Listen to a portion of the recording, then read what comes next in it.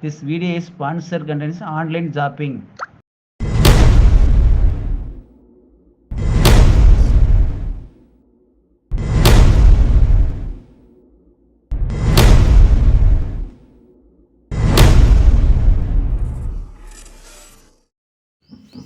உருளைக்கிழங்கு சாம்பார் செய்து வாங்க வீடியோக்குள்ளே போகலாம். எண்ணெய் ஊற்றிட்டோம், ஒரு 5 நிமிஷம் காஞ்சிருச்சு.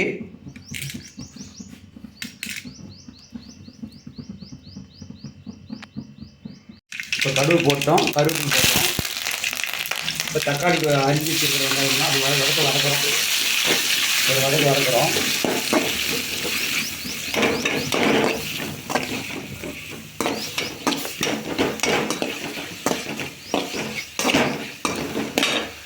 ஒரு 5 நிமிஷம் வதக்கணும்.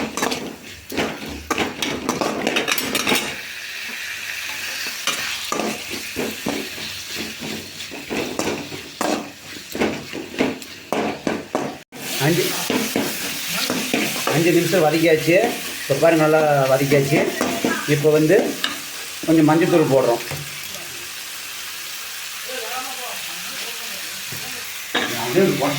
இப்போ பாருங்கள் உருளைக்கிழங்கு போட்டாச்சு. அது கொஞ்சம் நேரம் ஒரு வதக்கணும், அதையும் வதக்கணும். இப்போ மிளகாத்தூள் போடுறோம், ஒரு ஸ்பூனு. அடுத்தது மல்லித்தூள் போடுறோம் கொஞ்சமாக. அது வீட்லேயே நாங்கள் மல்லித்தூள் அரைச்சி எடுத்தது, கடையில் வாங்குறது கிடையாது. இப்போ இஞ்சி பூண்டு பேஸ்ட்டு வீட்டிலே அரைச்சி எடுத்துக்கிட்டோம். பாக்கெட்லாம் போனால் டைம் ஆகிட்டு அதெல்லாம் போடக்கூடாது. இது நம்ம வீட்டிலே அரைச்சி எடுத்துக்கணும். உப்பு கொஞ்சம் போடுறோம். அது ஒரு வதக்குறோம். கொஞ்ச நேரம் ஒரு வதக்கணும், ஏன்னா அடித்து தீச்சி போயிடும் இல்லையா.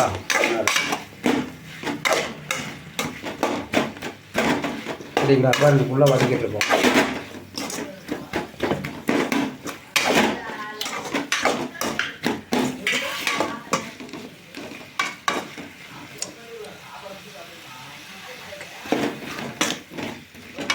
இப்போ வதக்கிட்டு இருக்கோம்.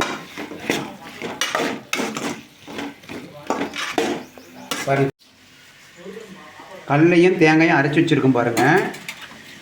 இப்போ இது அதில் ஊற்றுறோம். கடலையும் தேங்காயும் அரைச்சி வச்சுருக்கோம் பாருங்கள். அது கொஞ்சம் தண்ணி ஊற்றிக்கணும்.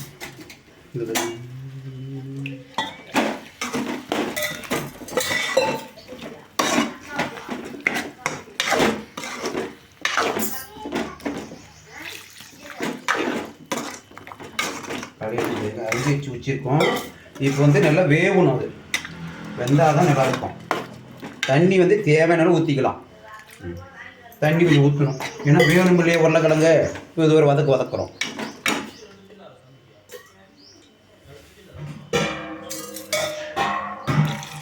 பாருங்கள், தண்ணி ஊற்றிடுவோம். கொஞ்சம் ஓரளவுக்கு நல்லா வேகணும். ஒரு 10 நிமிஷம் அந்த பச்சை வாசம் பரவாயில்ல வேணும். அப்போ தான் உருளைக்கிழங்கு நல்லா வேகும். பச்சையாயிரும் இல்லையா, அதனால் நல்லா வேவிட்டு. இப்போ பாருங்கள், ஒரு 1/4 மணி நேரம் நல்லா கொதிச்சிருச்சு.